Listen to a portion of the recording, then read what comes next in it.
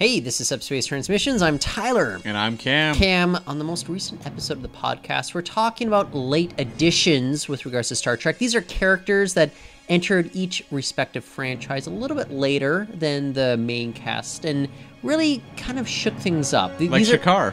Yes, Shakared things up, if you know what I mean. But no, these are not necessarily kind of the, I don't know, peripheral characters that grew into something more like a Lita or a Martok. Naomi Wildman. Or no, and you say that somewhat facetiously, but I think that's actually a good example.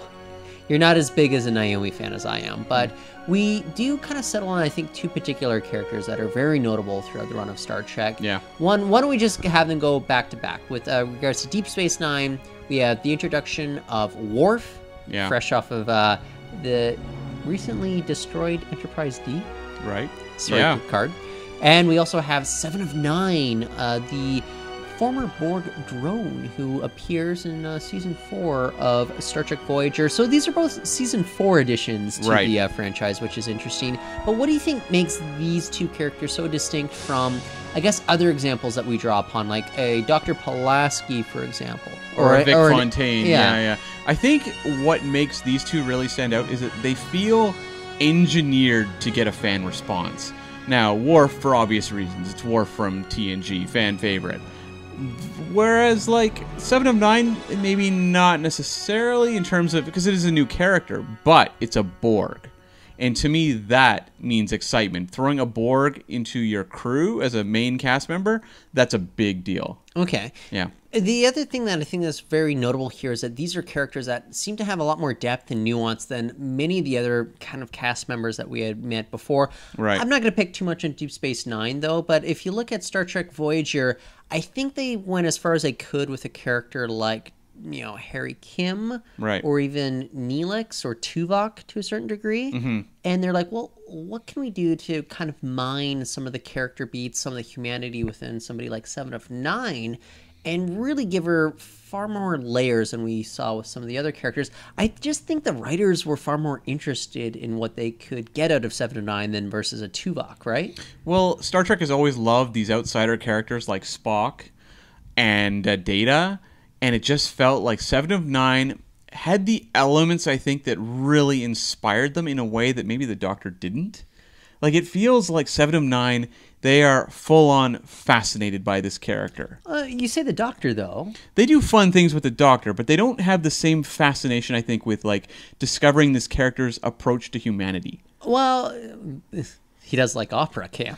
He does like opera. I don't know, because to me, like, when I think of Star Trek Voyager, I think of Seven, Janeway, and the Doctor as the big triumvirate, you know, versus what we'd see, like, the Kirk, Spock, and McCoy version. So I'd like to give the Doctor some credit. Yeah, I'm not saying the Doctor's not a great character, but he doesn't feel like your Spock character. No. Yeah, I totally agree with that. Yeah. If we're talking about outsiders, of course. Yeah. Okay.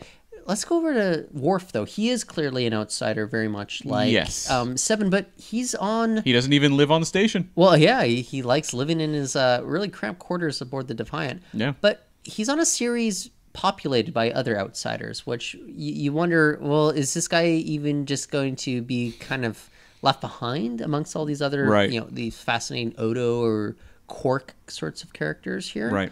Worf works in a way he didn't ever quite connect with me on Next Generation.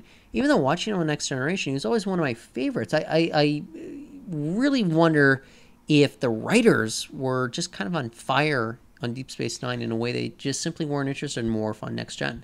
Well, I mean, the writers behind Deep Space Nine often feel to me like character writers, whereas the TNG crew, as good as they are, feel like concept or plot writers. And a lot of them were the same writers. Yes, for sure, but it feels like when you get to DS9, they're like, we want to write character stories.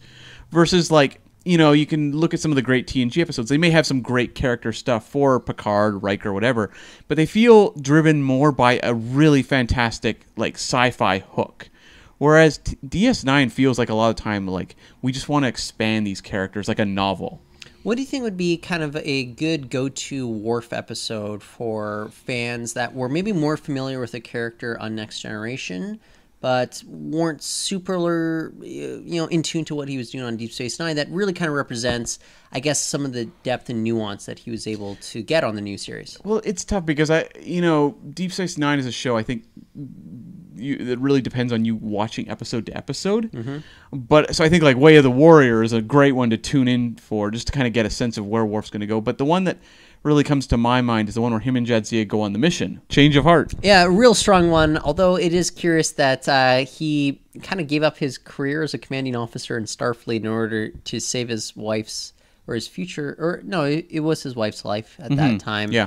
And I remember the writers kind of thought a lot about that. They wondered if they would have actually had the characters married had they known that Jadzia Dax would be leaving the series later on. But I actually think this even works better because life is like that. You can't predict the tragedies, like the decisions you make within your own framework. It's based on what your instinct is, and you don't have like kind of this large narrator dictating what decisions you would ultimately make. So I think it's actually I think that's a very strong outing for Worf, really to show a lot of his true colors there. Very much so. Now I'm curious, in your mind, which character between Seven of Nine and Worf contributed the most to their respective series? I would say I am more interested in what Worf did on Deep Space Nine, but I think just in terms of sheer influence and sheer pop culture, penetration, I would say it has to be Seven of Nine. What about you? Yeah, I agree, because if you look at each series, I think DS9 was on a track to get to good things, whereas I think that show would have worked without Worf. I think they could have figured out some things to make that a hugely compelling series. It already was working without him, but I think Worf made it even better. Sure. Whereas I think with Voyager it was struggling in a lot of ways, and I think 7 of 9 gave them a lot of focus. Yeah. And steered the course in a lot of ways. Even just this kind of different sort of energy that it did not have before then. Yeah, exactly. So I mean, her name may be 7 of 9, but for the show, she was a 9 out of 9.